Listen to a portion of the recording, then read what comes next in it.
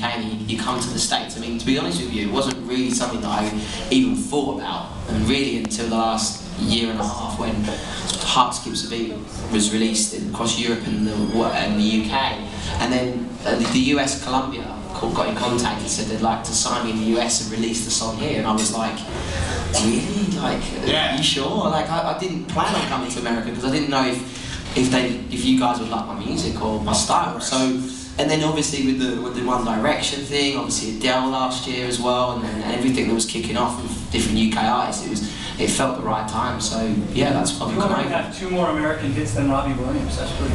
Oh, wow.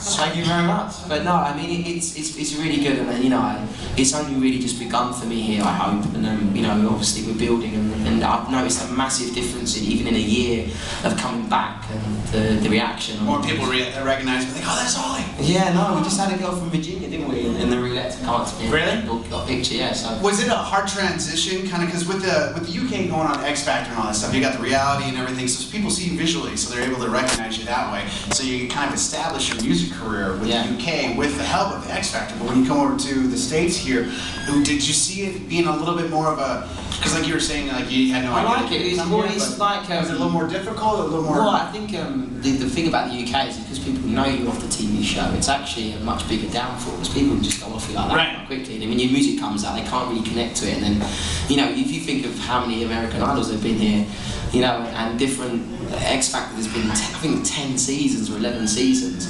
You know, a lot of people were like the winners or they were big characters on the show. And when they released music, they just went because people couldn't quite connect. It was actually here.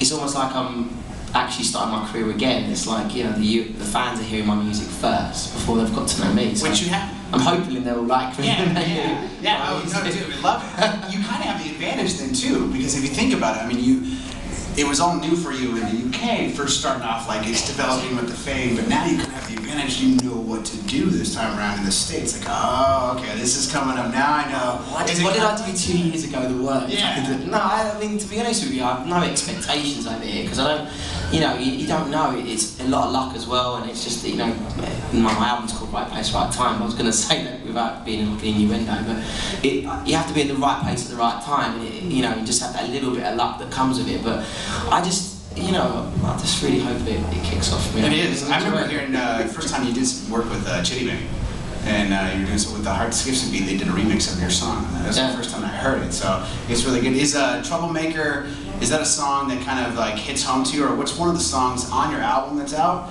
that best describes you, I guess? I think it would be Troublemaker for sure. I think for the personality in the song and when you see me perform it, even in the video, very much me. You know, I like having fun, enjoy my music, and I like people to enjoy listening and dancing to my music. That's my vibe really.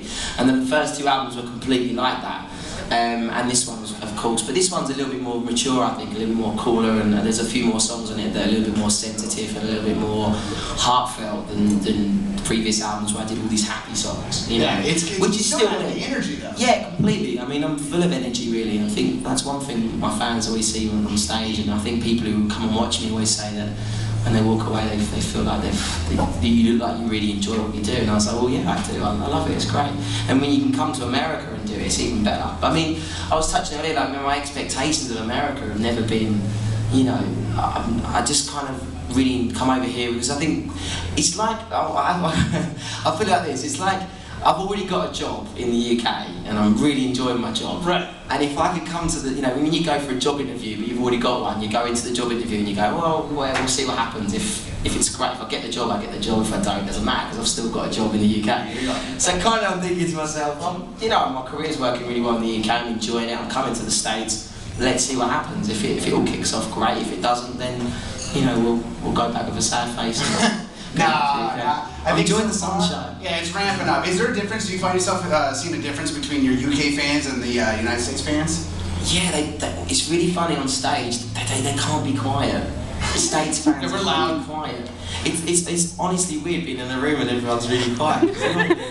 When I'm on stage, I mean, also mobile phones, chucking chucking throwing mobile phones on stage. I've never experienced that. Oh, you got it here? Yeah. People throwing their phone, you got to do the selfies. That's Yeah, why. they Like, really aim it at you. It's not like it's just, can you use my phone? They're like launch. Are they the flip phones or the actual like the Well, my smartphones? first gig, I think, well, apart from I did my showcase in New York, but I think my first proper gig here on my own, some girl threw a nail varnish bottle and hit me straight in the face. I was like, why are you throwing a nail varnish bottle? Do I look like I use nail varnish? No.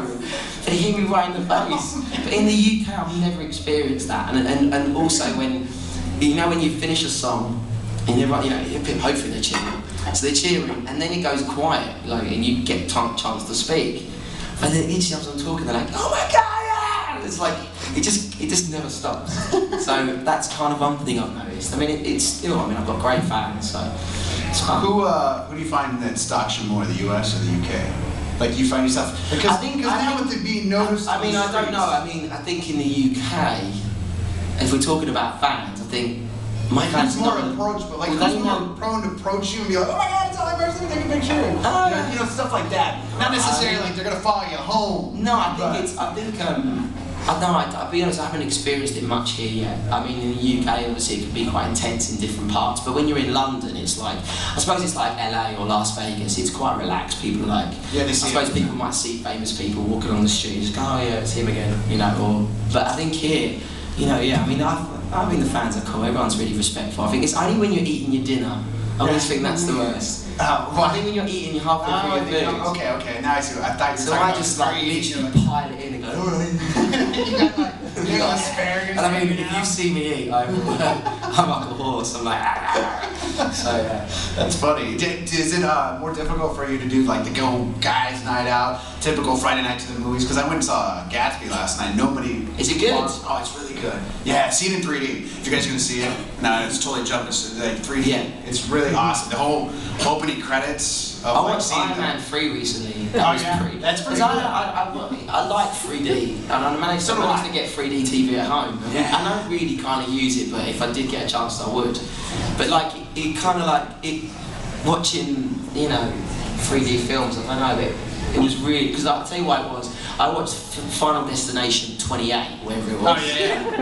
And One of the first ones. they just keep releasing Final Destinations. And I remember watching it 3D in the cinema about 3 or 4 years ago, and it just put me off 3D. I just didn't enjoy it. The film was rubbish. Yeah. And then to add the 3D onto it as well, that was even more rubbish. But yeah, I watched Iron Man 3 recently. It was Did you like great. it? Did you ever see the Avengers in 3D? It's totally No, I top. still haven't seen that film. Oh my gosh! You I have know. to. Oh, you watched Iron Man 3, but you didn't watch the I Avengers. know, You have to. I know. Now you're so confused throughout the whole movie. Like, why is he having these anxiety attacks? You have no idea. I need to realise why. Spoiler alert, by the way. You just No. Didn't spoil it at all. But no, do you find it more difficult? Like, do you have the plan? Like, you know what, guys, we can't go out Friday. Well, if you go, for example, if you're going to go and watch a film in the cinema, you don't go on like, you know, you don't go on a Friday, Saturday or Sunday, because everyone's off weekends, and obviously Friday evenings, lads are out or the girls are out. So I normally, if I go to the cinema, it'd be best to go sort of maybe Monday, Tuesday, because everyone's at work. It's I'm not going out tonight. So if I go to cinema, but most of the time, I mean, you know, you have to adapt when your life changes. It's changed a lot. So there is certain things I can't do, but I think I'm more aware now of what I can and what I can't do. So yeah, is there anything that you miss being from now in the spotlight versus where you were kind of a little bit more hidden? Is there anything I think it's going out with my mates and, you know, really getting tanked up, having drinks and just like not having to worry about falling being front cover. over. Yeah, I mean, there's always that sort of annoying, you know, you're just always a bit paranoid. It's always in the back of your mind that I'm having such a good time with my mates, having a right laugh, but, you know, if I walk outside and I fall over, or, you know, there could be a picture in the paper tomorrow. But, you know, I've had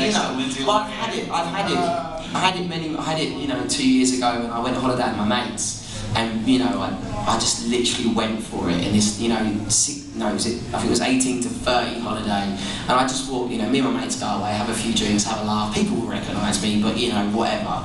And, you know, the amount of stories that came out about it, and pictures, like there's one of me with this massive fruit bowl, and like that. You know, so there's certain things you can't do, but you know what, you know, it's life. That's funny. Now, a couple of the girls I was talking to, is there anyone in your life dating? Oh, well, I mean, you know, I always think with the way my work is and the travelling, it's very difficult, but, you know, we'll see. I'll meet someone There eventually. you go, ladies. Yeah. Mom? Yeah. This guy right here. We could be brother-in-law. They could be my dad. That's weird. Think about I just watched Hall Pass. That happens at the end of the film. Auntie Meg? What? You guys ever seen Hall Pass? I've only just watched it. I don't know where I've seen it. We're on our own up. Everyone's like, what's going on right now? My food's getting cold.